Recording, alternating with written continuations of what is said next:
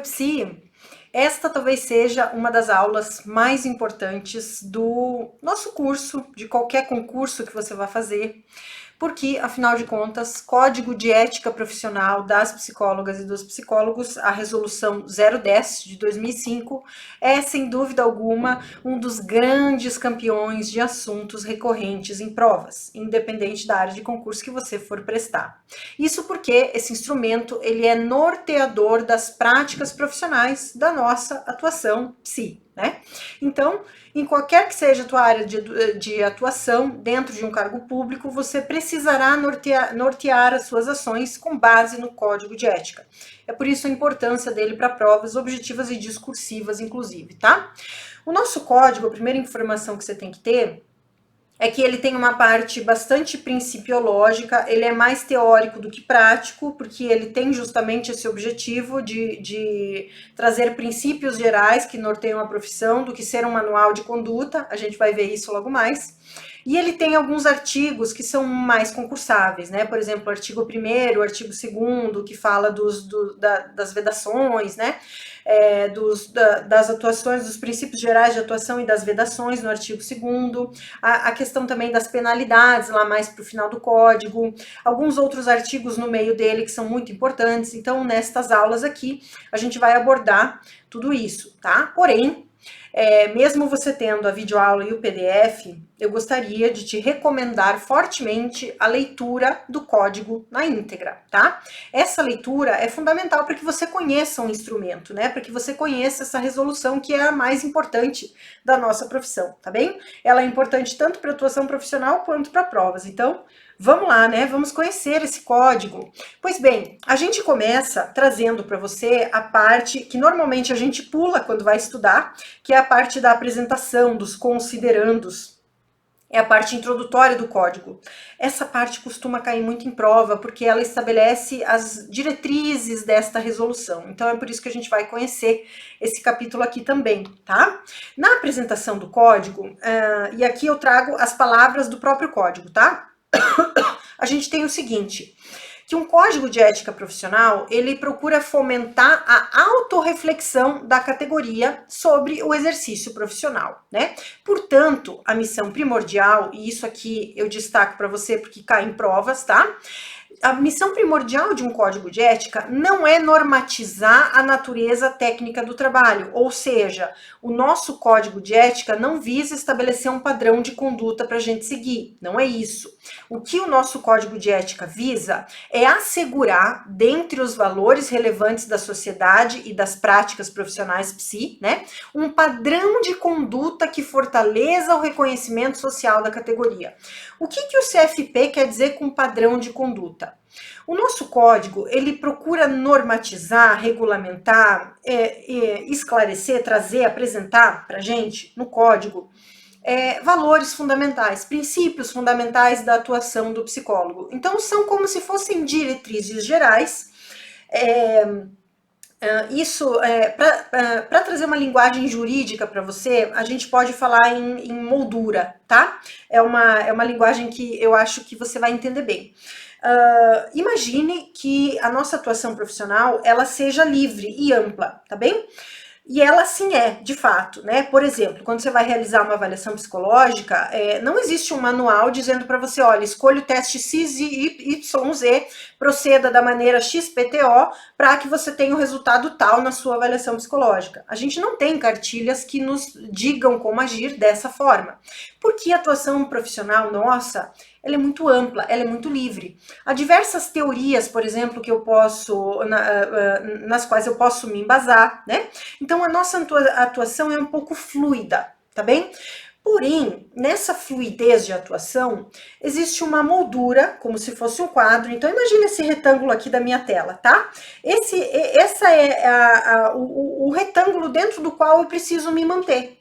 Então, se eu vier muito para cá, eu vou fugir da tela. Se eu vier muito para cá também, e assim por diante. Então, o nosso código de ética profissional, ele é como se fosse um quadro, uma moldura, dentro da qual eu preciso estar. Percebe? Então, veja, você é livre para exercer a sua profissão de psicóloga, de psicólogo, em tudo quanto estiver dentro dessa moldura. Percebe? Então, assim, só para ficar mais concreto, você não pode atuar, por exemplo, fomentando o preconceito racial.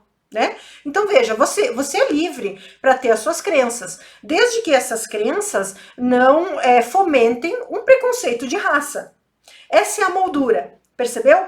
Você é livre para atuar com qualquer instrumento de avaliação psicológica que você queira, desde que você utilize testes, instrumentos, métodos e técnicas reconhecidos pelo Conselho Federal.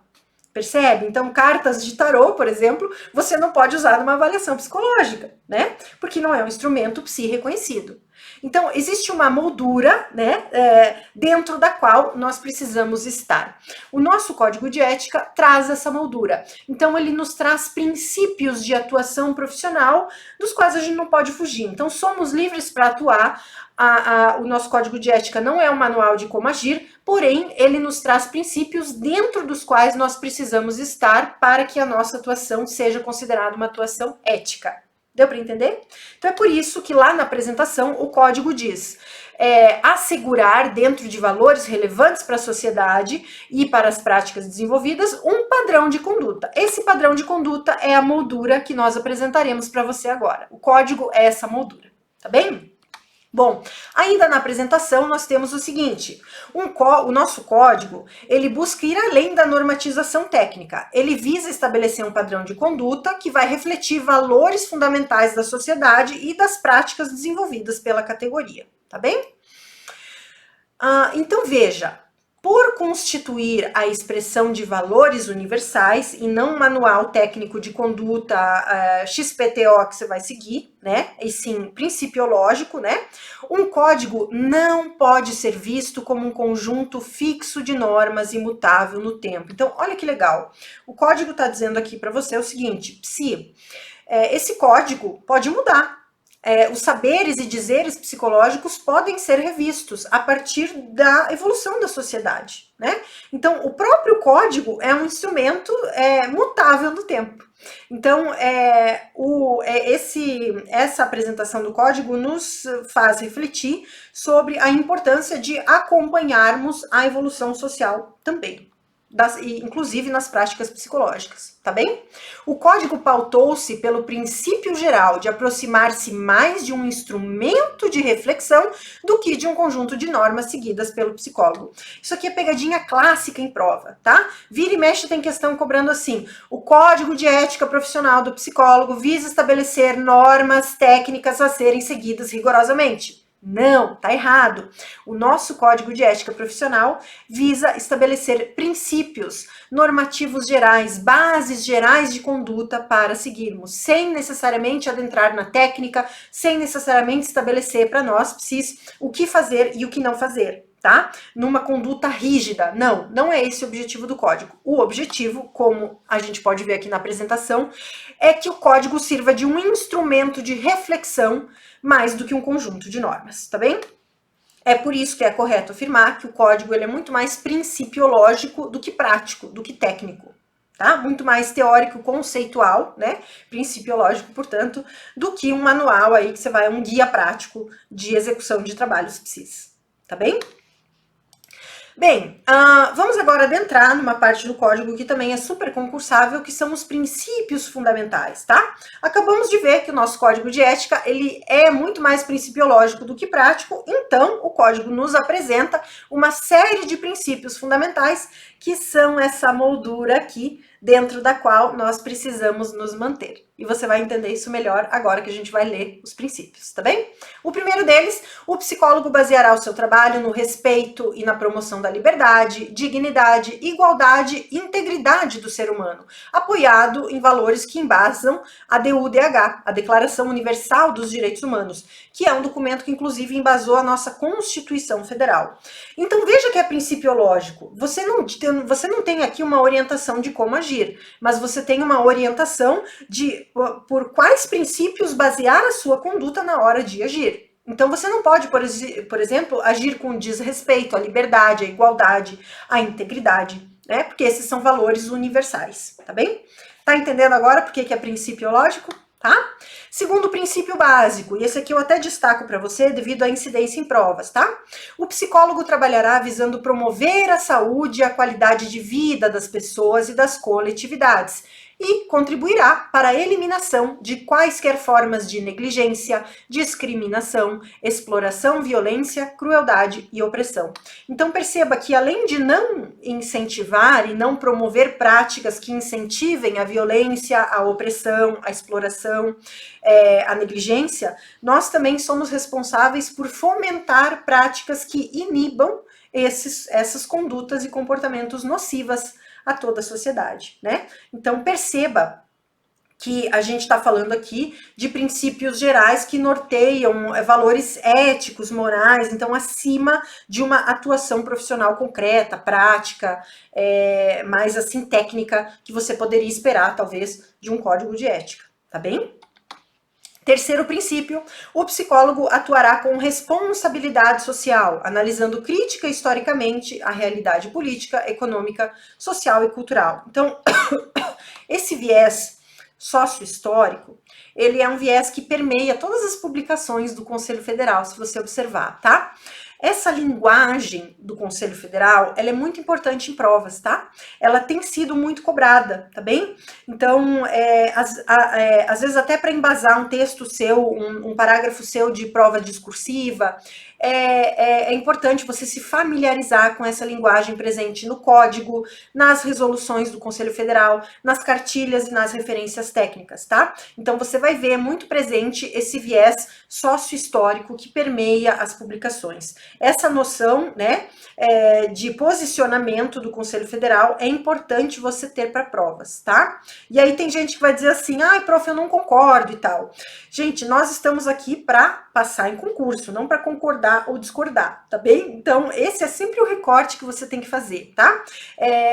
Tenha isso como um ponto de vista, né? Um fato. Esse é o posicionamento do Conselho e você precisa estar ciente disso para você desempenhar bem na hora da tua prova, tá bem? Então aqui não nos cabe fazer uma análise se isso tá correto, se não tá, se o nosso código de ética deveria ser mais técnico, proporcionar uma prática mais efetiva para a profissão, porque existe essa crítica também, né, que o conselho às vezes é muito principiológico e pouco prático, né, e essa crítica é válida, porém para provas, tá? A gente não vai entrar nesses debates porque a gente tem muito trabalho para fazer, vendo um monte de material. Então esse recorte preciso, essa precisão técnica na hora de estudar, você precisa ter. Eu te recomendo, porque ela vai te ajudar a ficar mais competitiva, mais competitivo para provas, tá? Então perceba, né, os vieses e os fundamentos de todos os manuais, de todas as publicações.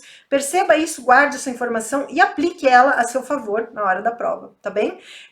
Esse é o nosso recorte aqui, é para isso que eu tô aqui, para te ajudar a passar em concurso, né?